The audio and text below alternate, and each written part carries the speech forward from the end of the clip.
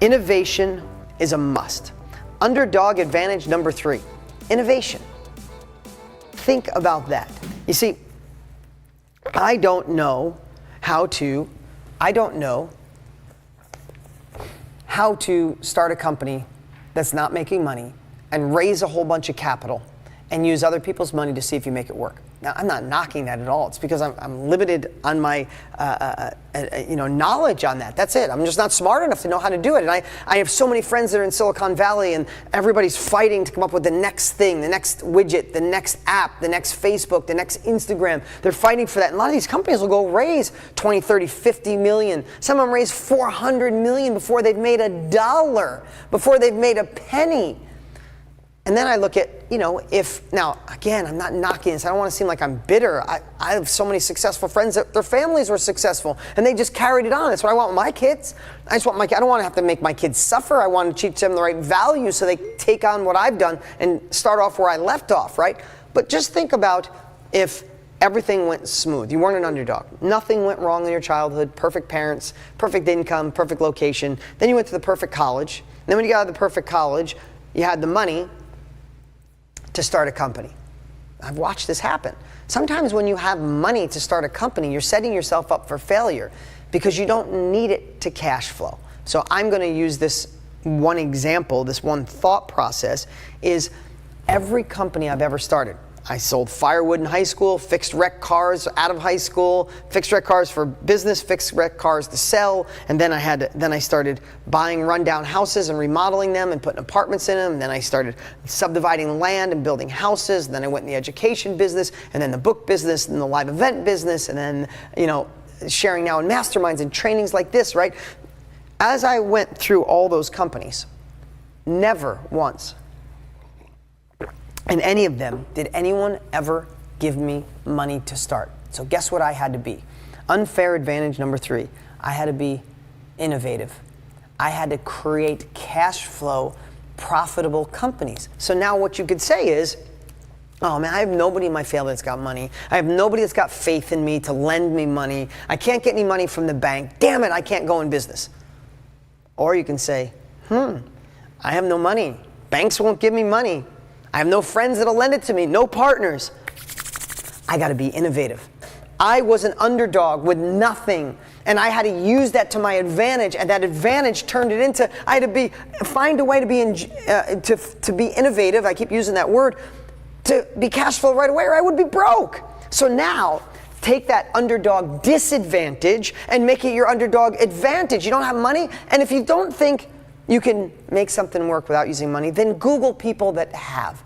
Google Richard Branson, Tony Robbins, me, so many successful people started with nothing. I know you might be facing stuff that I don't even know about. I get that. But here's what I know. Did you ever have a headache and you go online and you Google for what could this headache be? And by the time you're done, you feel like you got a tumor and you got 3 months to live, right? We find what we were looking for. If you went online with a headache and wanted to search for someone that said, you just didn't have enough water, drink a glass, you'll be fine, you could find that in 2 minutes. But our brains want to go towards the tumor and what could be worst case scenario. So we do that in our own lives. Like, I don't have any money. Look, my friend tried with no money, it didn't work. You're just searching for what went wrong. Your subconscious is looking for security so you can feel safe about your inaction. Get disturbed, get uncomfortable. Go online and Google and find successful people who started with nothing, that had massive fear, that were scared. And all of a sudden you'll see all these people, all these millionaires, all these great, hugely successful people that started with nothing. And all of a sudden you start building momentum, and then you say, I'm going to create innovation here. I'm going to create cash flow. We're talking about business, but could that be the same in every area of your life? Of course it can. So think of the unfair advantage we have of being an underdog because we get to be creative. That was number 3. Okay, number 4. Unfair underdog advantage number 4. Enthusiasm over perfection. I want you to think about that. Enthusiasm over perfection.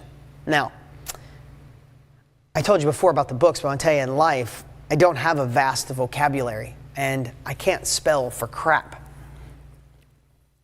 I spell so bad that literally when I type, there's so many words lit up. It's like every third word is lit up. And sometimes the words, I try to respell them like 4 times. And if the computer could talk, it'd be like, yo, bro, I don't know what you're doing. Try something else. Or you're an idiot. I don't know. I'm glad it can't talk to me, and I'll just come up with a simpler word. I don't have a vast vocabulary. I'm not the smartest guy in the room when it comes to book smart. I don't watch the news. I have no idea what's going on around the world. I don't. Clueless. People come up and like, well, you know what happened with you know, Trump, or you know what happened in South America, or you know what? I'm like, I don't. I haven't watched the news in probably over 10 years. All it does is bring me down. I protect my confidence, so I don't watch the news. I didn't have a lot of experience in these new companies. When somebody says you're going to write a book or you're going to go on stage, hey, people say to me, I'm going to go on stage, and somebody say, did you take journalism in school? Did you go to college for that? Like, did you train under a mentor? No experience. And most of the times, like I said on the last one, I had no money. So here's what I know. Sometimes when you have all the I's dotted and the T's crossed, you're obsessing on perfection. You're obsessing on the details. You're overanalyzing so much that it's causing you to be paralyzed and do nothing. Being an underdog, you're starting to wear this as a badge of honor, right? Did you feel that? I don't know if you did. The way I said it, I felt it internally. Like, I want someone to go, I want to have a shirt that says, I'm an underdog, right? Where I overcame things going where I didn't have the money or the vocabulary, or I didn't have the super smarts or the money or the experience, I masked with enthusiasm. And if you look at underdog stories from the movies, right, from the horse races and the Olympics and the games that shouldn't have been won, when you take the, I don't know, what was it in the 90s when the American hockey team won? Before they let American athletes that were professionals play in the Olympics, you might know this story, you probably know it better than me, you guys can tell me, it was just college kids. And at the last minute, they just round up these college kids to play against the world's best hockey players in the world, and America won. Biggest underdog upset. But one thing I noticed, what did they have? I remember watching the Russian team, like, just no enthusiasm, just like, I'm not going to try to talk with a Russian accent. I almost did, but I'm not even going to try. But I remember, like, they were just like, these guys, they're not going to have any chance with us. No enthusiasm, just thinking they were going to do it. And then all of a sudden, the enthusiasm, to me, helped carry that team to win the Olympics. It was the biggest upset ever. But think of basketball games, think of horse races, Olympics. In your own life, when you were the underdog, what carried me wasn't the book smart, wasn't the money, wasn't the experience, wasn't the vocabulary, surely wasn't the connections. I knew no one with money when I was a kid. You know what carried me? Enthusiasm. I just found a way to turn this. I could be the underdog with the anchor, carrying it, dragging it across the desert, or I could say, I'm a freaking underdog. They are never going to see me coming. They told me they can't. Watch what I do. Oh, I don't have money? I'll just get innovative. I'll find a way to get the money. I'll get the money. And that led to this enthusiasm that drove me. I hope that you see this is authentic enthusiasm, but if I really boil it back down, it came out because I was an underdog. I didn't have all the other stuff. So I had to go to the thing that boosted my confidence and got results, and that was having enthusiasm. So as an underdog, your parents or your friends may not have faith in you or support you, and that's heartbreaking. Did you ever have like you watched me one day, you read my book or somebody else, or you saw something online, or you got involved in my real estate course, and you're like, damn, I'm doing this, and you're using the power of you don't even know you are. You're being innovative, you're enthusiastic, and you go tell the person you care about the most, and they shut you down like a lid, just like shutting off the light switch, like, oh, that's so dumb. This is the wrong time. You don't have the money, and they shut you down. That's heartbreaking. Also, I've watched so many people, when they have a desire for more, you're growing. Okay, so I don't know, maybe you guys can tell me at one has ever happened in your life. If you're watching me, you're someone who's working on your personal growth. You're working on your success. You want another level of life. You realize one of the biggest plights of our world is living knowing you have untapped potential. It's the worst feeling in the world. You know you got more gas in the tank, but you're not putting the throttle down because people are telling you and you can't. I just told my daughter, I stole this from Sean Stevenson, the 3-foot giant, my dear friend. He said, don't ever let anyone dim your glow so you can match them. You're bright. People are like, nah, nah, nah. And a lot of times we turn down our light so we can match that. Screw that. Brighten yours up more. But it's heartbreaking because here's what I want to ask, and you guys can be honest with me.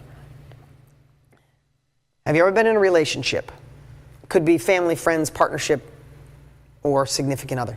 You're in a relationship. You, because you're here, there's a million other things you could be doing. You're here with me. You're working on your personal growth. You are. Your success, abundance. You want to tap into that next level, not leave it. Don't die at 98 years old and go, wow, I had a lot more to give the world, but I didn't.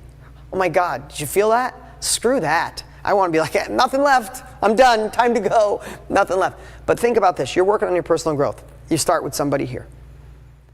They are at this level, but they decide this is a perfect level for them.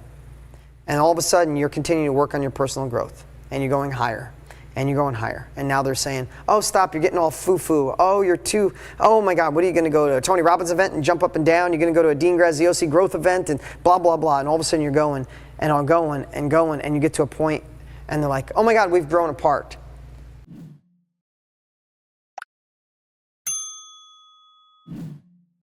And somebody leaves you, or someone calls you, tells you that you're a dreamer or you're no good. I've watched it happen so many times with people who desire another level of life because the people around you want to stay status quo and you make them uncomfortable. So heartbreak is pretty high in this world of growing, of going to the next level. And that's okay, because that's the way it's supposed to be. I believe God, the universe, whatever, designed it that way because they're meant to be with these people and you're meant to be with us. It doesn't mean you have to hurt anybody along the way, but there's a lot of heartache. There's a lot of heartbreak. So what I noticed with underdogs who spin it into a win is they take that heartbreak from any area, from parents, from a relationship, from a marriage to a bad partnership. They take that heartbreak and they ball it back up, poof, and use it as energy. So they transform heartbreak into leverage.